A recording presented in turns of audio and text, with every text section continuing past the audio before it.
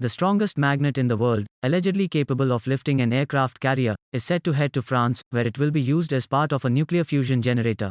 The 59-foot-tall, 1,000-ton central solenoid magnet will form a crucial part of the fusion generator because it will use its intense magnetic field to control a band of superheated plasma at temperatures of tens of millions of degrees. The power of the central solenoid can be understood when compared to other, more sensible magnets. MRI machines routinely used in hospitals generally have strengths of between 1.5 and 3 T. These are capable of attracting metal chairs and other objects from across rooms.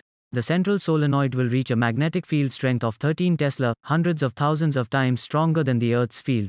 The magnet was manufactured by General Atomics, which also produces military drones, in partnership with US ITER. In a joint statement, ITER and General Atomics said the support structures holding the magnet will have to withstand forces equal to twice the thrust of a space shuttle lift-off. The statement adds, its magnetic force is strong enough to lift an aircraft carrier 6 feet into the air. Dr.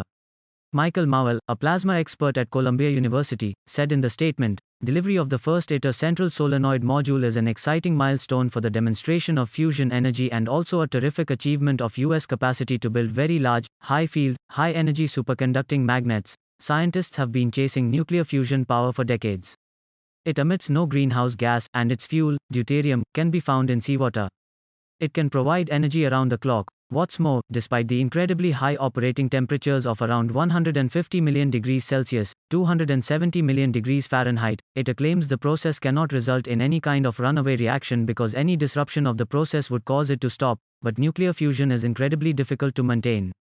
It involves heating deuterium and hydrogen to very high temperatures until they form a plasma, which then has to be controlled so that it does not touch the metal walls of the reactor. The problem with many fusion reactors is that scientists have not yet found a way to make them produce more energy than they need to work. ITER is part of ongoing research into overcoming this hurdle.